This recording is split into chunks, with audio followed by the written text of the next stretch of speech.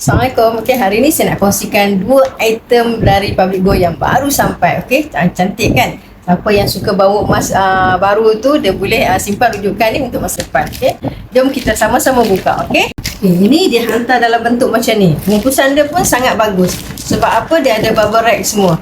Okay, so dia hantar ini saya withdraw daripada Econ Gap 1 gram design World Cup sekarang tengah main kan. Dan satu lagi design baru untuk buah-buahan tempatan.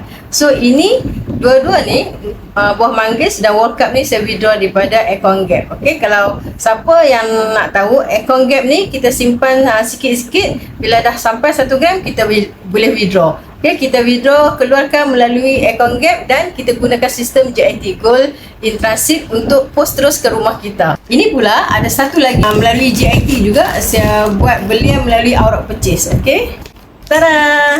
Okay, Outright Purchase ni saya combine dua item.